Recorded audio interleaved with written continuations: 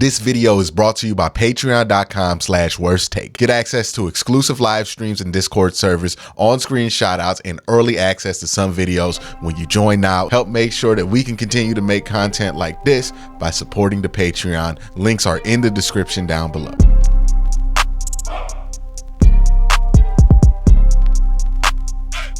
Hey, what's up, and welcome to Q&A, the show where I take your questions from YouTube, Twitter, and basically everywhere I can find them on the internet and answer them here in video format.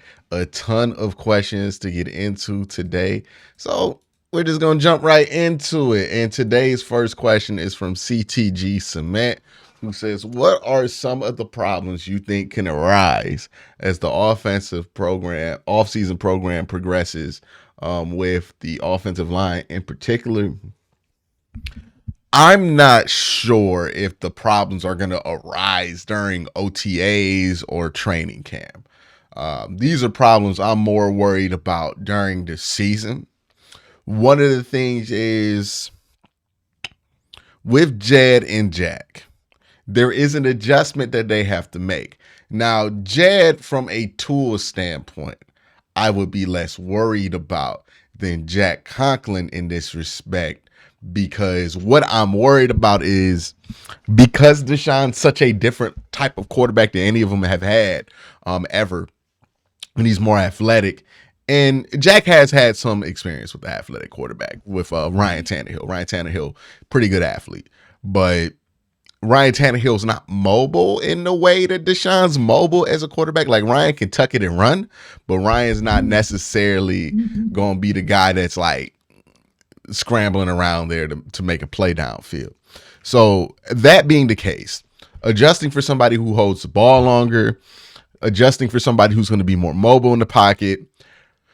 From a tool standpoint, I'm a little bit worried about that with Jack Conklin. I think the last couple of years, there's been a little bit of evidence of a bit of an athletic downturn. I think some of those injuries are taking its toll on him. And then when it comes to Jed, athletically, I'm not worried about Jed. Jed's not a great athlete, but he's a fine enough athlete, and he's young. My worry with Jed is, will he be willing to block for that extra fraction of a second that he's not used to blocking for, right? Because in other offenses, it was real quick, get rid of the ball type offense, and you could preserve your energy like that. This is going to be a little bit different. They're going to need a fraction of a second more out of him each play. And if they get that fraction, I think a lot of great things can happen. But the question is, will they get that fraction from him? So that's what I would be worried about with Jed. That's what I'll be worried about with Jack. I think everybody else, their job doesn't change that much. But when you're on the edges and your tackles are, I mean, not your tackles, when you're a tackle and your quarterback is mobile, your job changes a little bit. It becomes a little bit more difficult, right? Because a moving target in this conversation is actually easier to hit because the offensive lineman can block your path to get one way. But then if the quarterback moves, it opens up a whole nother lane that they can't really adjust to. And remember, offensive linemen usually have their backs turned to the quarterback. So they really don't have a great ideal of exactly where that quarterback is at that point in time. So I think that's one of the things I'll worry about, but that's going to come up during the season. It's not going to come up during like training camp or anything like that. The next question here is from Jack Tulliver, who says, given Jim Schwartz's comments in the post OTA presser regarding the rotation of the defensive line of 8 or 9 guys, how many guys do you think will make the final roster? And what is your prediction of who makes it? 4 DTs, 5 DNs? I don't know if we're going to have a strict, this is the position they play kind of situation there, right? I think that defensive line is going to be a bit more amorphous and a bit more positionless than it was under Joe Woods. That being said, the lineup is probably, if you want 8 or 9 guys, you probably keep 6 edge rushers, and then 2? Maybe 4 and 3. Like, I don't know. I don't know what the final mix is, but keep in mind that some of the guys who are going to be edge rushers will also be 3 techs. some of the guys who are edge rushers will also be linebackers. So a good example is Agbo. He will be a stand-up linebacker in this defense at times, and he will be an edge rusher in this defense. So that's two positions that he's going to play at any given time, right? We saw this stuff with the film breakdown where Cincinnati would be putting, a linebacker, a true linebacker on the line of scrimmage and then having an edge rusher play Mike to kind of play off of that. The Browns are probably going to do something similar to that. So there will be times where that happens.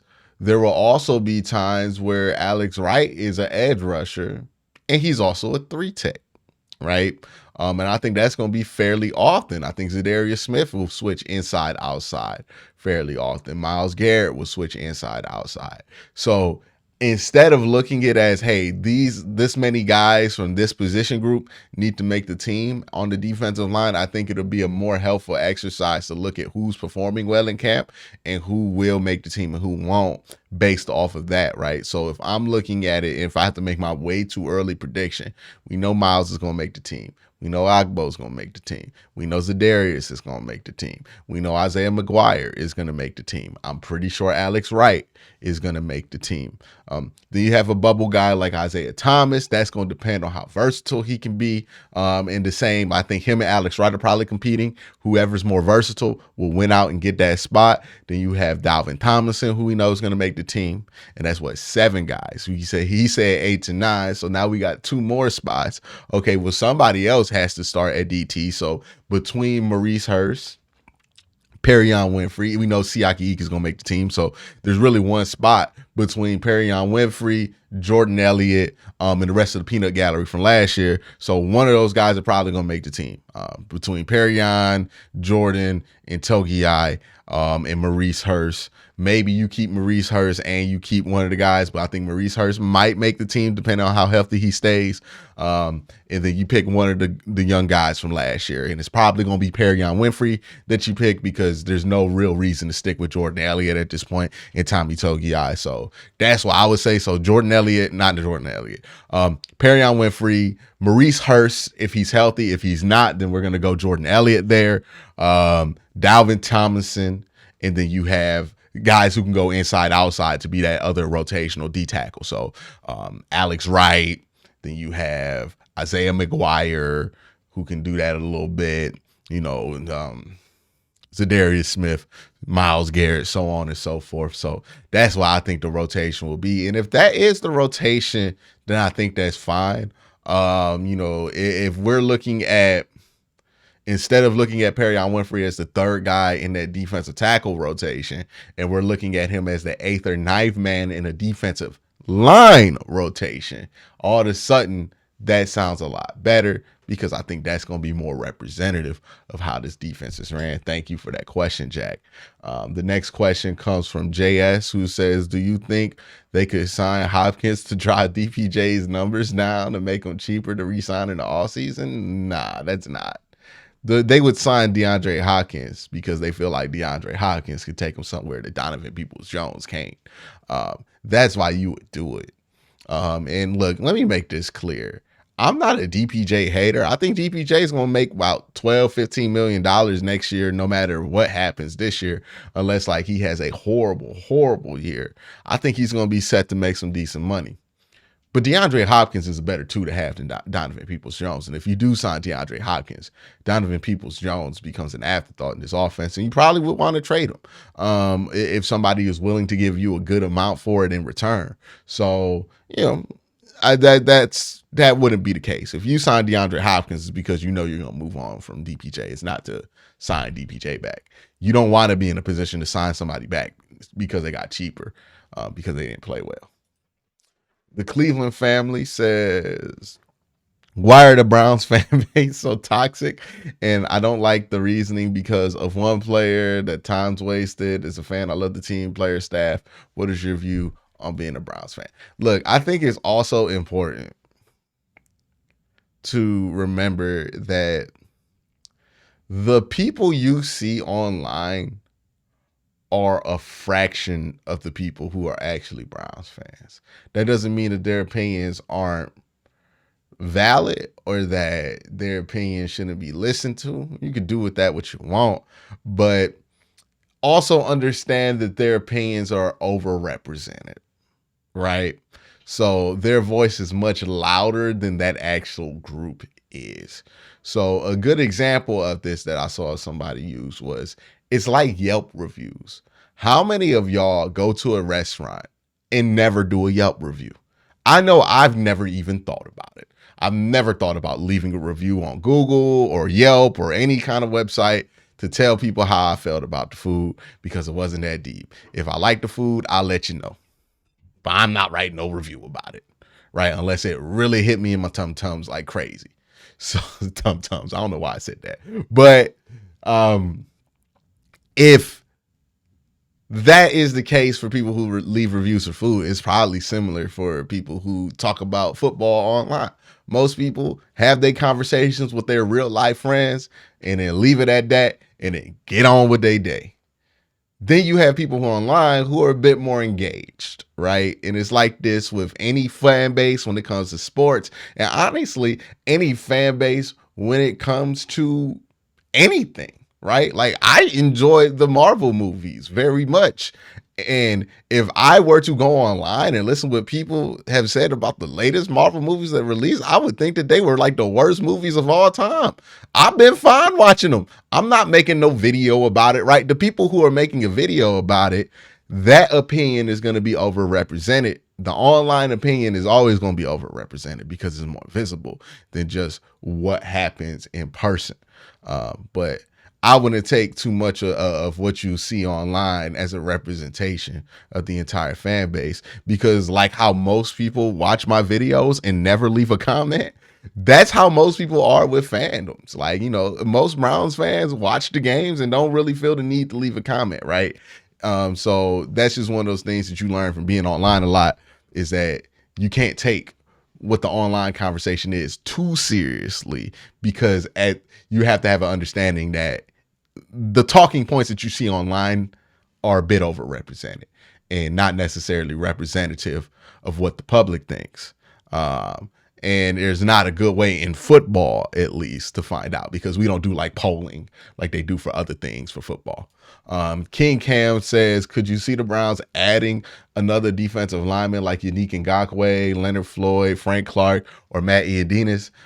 If so, which of the available options would you prefer for the team? I think Ioannidis would be nice. Yannick would be nice.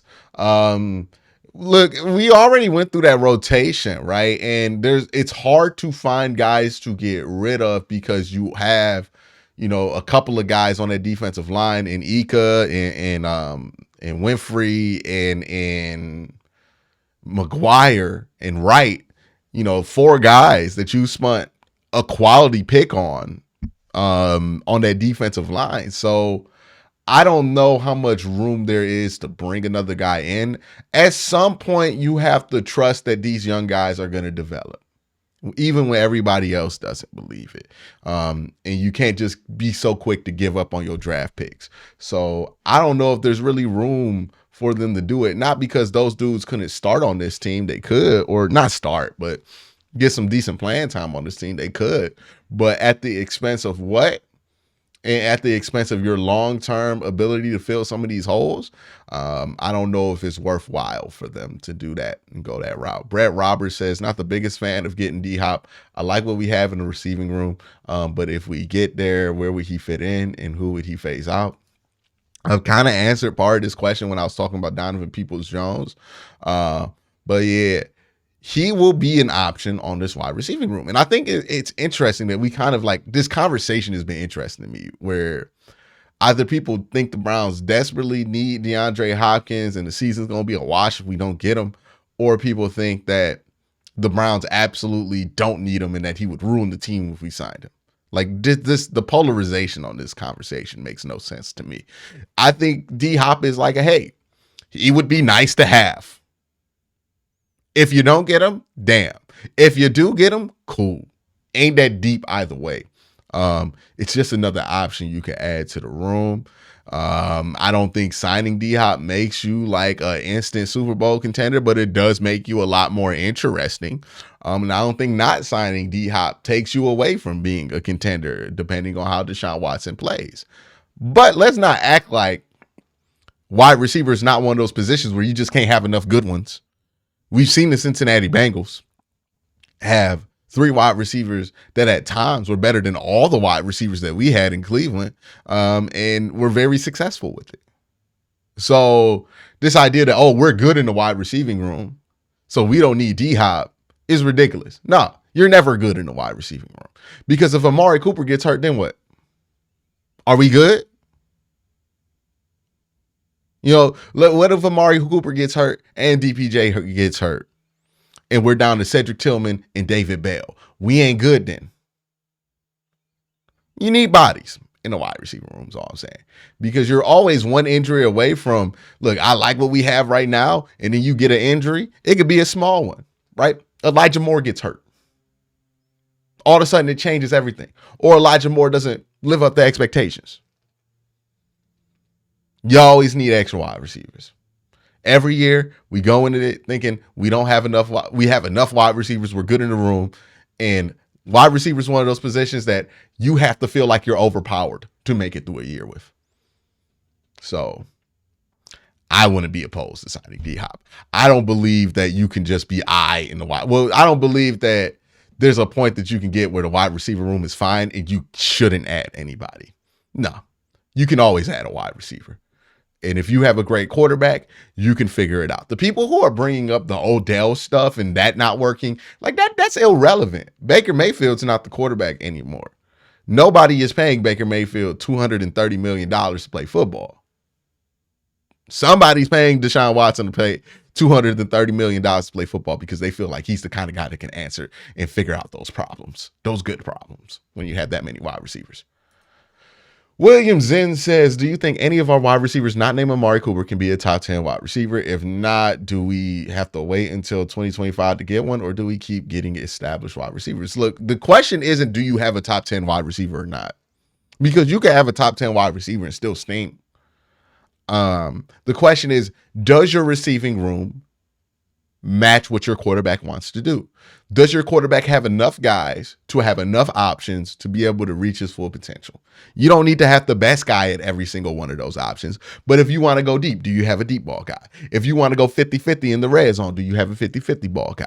Do you have a big play guy? Do you have an explosive guy? Do you have a guy who can just get you a first down, right? It's about the pieces and how they fit around the quarterback and the quarterback skill set more than it is about how good one particular receiver is. You want to see a great example of this? Look at how the Kansas City Chiefs adjusted around Pat Mahomes once Tyreek Hill became once they weren't able to pay him anymore, right? They get rid of him and they decide, okay, we can't get the Tyreek Hills of the world anymore. We can't afford that. But you know what we can do?